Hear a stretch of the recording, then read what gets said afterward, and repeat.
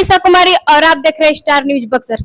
अभी मैं बक्सर में मौजूद हूं और हमारे बीच में भाजपा नेत्री उषा दुबे जी मौजूद है, जो कि भाजपा प्रदेश कार्य समिति सदस्य और प्रदेश प्रवक्ता शिक्षा प्रकोष्ठ भी है। तो आइए मैम से हम लोग बातचीत करते हैं। तो सबसे पहले मैम आपका हमारे चैनल पर स्वागत है। धन्यवाद। मैम, बिहार में आप लगभग बक्सर जिले में 15 साल 20 साल से लगी हुई हैं चुनाव को लेकर। तो इस बार विधानसभा चुनाव को लेकर आप क्या कहना चाहेंगी? क्या क्या तैयारियां हैं आपकी? मैं चुनाव को लेकर नहीं घूमती हूँ। मैं अपने पार्टी को मजबूत बनाने के लिए, सशक्त बनाने के लिए, बक्सर को सशक्त बनाने के लिए, बक्सर को आगे बढ़ाने के लिए, बक्सर को कैसे एक अच्छा पर्यटन स्थल बने, आध्यात्मिक स्थल बने, यहाँ पर कैसे हम लोगों का रिसोर्सेज बढ़े, बक्सर का नाम इतिहास में जो पहले था वो फिर से कैसे इतिहास में फिर से नाम हमारा जो है वह मिटे नहीं, वह सब लोग यहाँ पर इसको जैसे जानते थे, इतिहास जैसे था उसी तरह इतिहास बना रहे, पर्यटन स्थल के रूप में घोषित हो। इसके लिए हम बक्सर में बहुत वर्षों से काम कर रही हूँ। और इसके पहले मैं संघ के संगठन में काम की हूँ। संघ के संगठन में मैं भी थी, तो भी मैं अनेक यही सब मुद्दों पर मैं हमेशा डिस्कशन करती थी और मीडिया में जा जाकर मैं यही विषय पर बात करती थी कि बक्सर को कैसे पर्यटन स्थल और धार्मिक नगरी जो है वह घोषित किया जाए। अध्यात्म की नगरी है ये, और यहाँ के अध्यात्म को और ज्यादा विकसित किया जाए। और इसी मुद्दे को लेकर मैं शाहाबाद महोत्सव जो हम लोग मनाते हैं, शाहाबाद महोत्सव में भी यही विषय को हम बार बार रखते हैं, मीडिया के सामने भी रखते हैं। मैं अपने विधायक जी से इस विषय पर भी बात करती हूँ कि इसमें इसको और कैसे हम धर्म की जो यहाँ पर है धार्मिक जो है उसको कैसे और आगे बढ़ाया जाए, जो धार्मिक प्लस पर्यटन के दोनों का यहाँ विकास हो और हमारा जो इनकम है वह भी हमारा बढ़े और बक्सर का नाम हो। जैसे सब जगह लोग घूमने के लिए स्पेशल आते हैं, उस तरह से जैसे बक्सर का इतिहास था उसी इतिहास को मानकर, उसी धर्म को मानकर लोग यहाँ भी घूमने आए। हमारा यहाँ पर गंगा जी भी हैं, गंगा जी के नाम से भी बहुत बक्सर प्रसिद्ध है। यहाँ पर पर्यटन धर्म से भी प्रसिद्ध है, लेकिन यहाँ पर धर्म का विकास नहीं होने से पर्यटक लोग नहीं आ पाते हैं और हमारा बक्सर जो है धीरे धीरे बक्सर का इतिहास जो है धीरे धीरे लुप्त होने के कगार पर जा रहा है।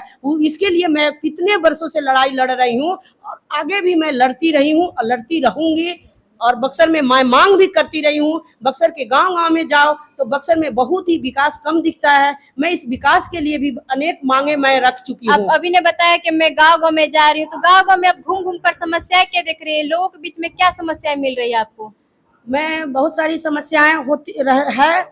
इसके पहले जैसे मैं गांव-गांव में घूमती थी तो मैं देखती थी गांव-गांव में खेल का मैदान नहीं है। हमारे बच्चे जो छोटे-छोटे बच्चे हैं वो टायर से नदी में कीचड़ में खेलते थे, तो मैं इसके लिए मांग की थी। बच्चे छोटे-छोटे खेत को बनाकर अपने से कोई नाला चौराहा वहाँ पर बैट बॉल खेल रहे हैं, तो मैं इसके लिए सरकार से मैं मांग कितने वर्षों से मैं मीडिया के माध्यम से मैं भी की थी कि हर गाँव-गाँव में, हर पंचायत में एक खेल मैदान होना चाहिए। जो हमारा एनडीए सरकार जो है, एनडीए सरकार आई है तब से हमारा काम बहुत अच्छा हो रहा है और हम लोगों का धीरे धीरे करके सभी मांगे पूरी हो रही है। अभी जैसे तो आप लोग सुने होंगे कि विश्वामित्र पार्क भी हम लोगों का मांग जो है पूरा हो गया है। इसकी मैं विश्वामित्र की सबसे विशाल मूर्ति की भी मैं मांग की हूँ, वो अभी धीरे धीरे पूरा हो जाएगा और हो रहा है धीरे धीरे करके।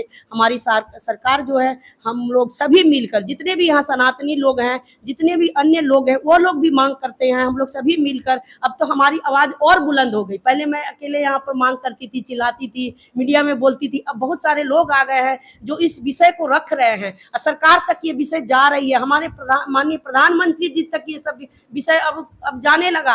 बक्सर को अब वो जानने लगे, समझने लगे कि हमारे बक्सर का विकास बहुत जरूरी है। यहाँ पर अध्यात्म का विकास किया जा सकता है, प्लस अध्यात्म के साथ पर्यटन का भी विकास किया जा सकता है। बहुत सारे ऐसे ऐतिहासिक पॉइंट है जिसको भी विकास किया जा। इस बार चुनाव को लेकर आपका क्या क्या मुद्दा रहेगा?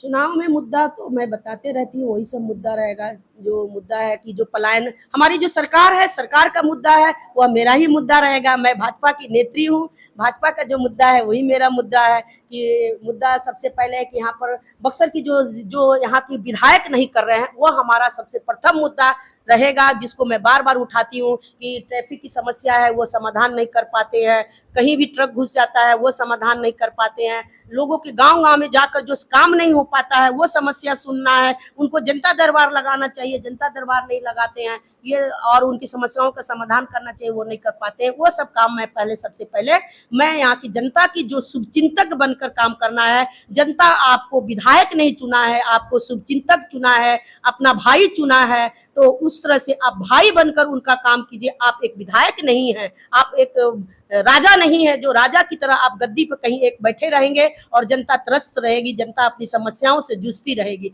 जनता की समस्या का समाधान करने के लिए आपको चुना गया है।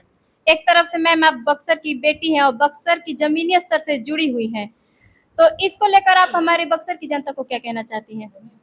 मैं बक्सर की बेटी भी हूँ और बक्सर की मैं बहू भी हूँ। मैं बक्सर की अनेक समस्याओं को मैं स्कूल और कॉलेज के टाइम से मैं उठाती रही हूँ और आगे भी इसी तरह से उठाते रहूंगी, और उनका समाधान भी इसी तरह से धीरे धीरे सरकार द्वारा भी होते रहेगा। चलिए मैम, बहुत बहुत धन्यवाद। तो अभी अभी आपने देखा कि हमारे बीच भाजपा की महिला नेत्री और प्रवेश प्रवक्ता उषा दुबे जी मौजूद थी, तो इनको लेकर आप लोग क्या सोचते हैं हमें कमेंट में जरूर बताएं, और ऐसी न्यूज देखने के लिए बने रहे हमारे स्टार न्यूज बक्सर के साथ। धन्यवाद।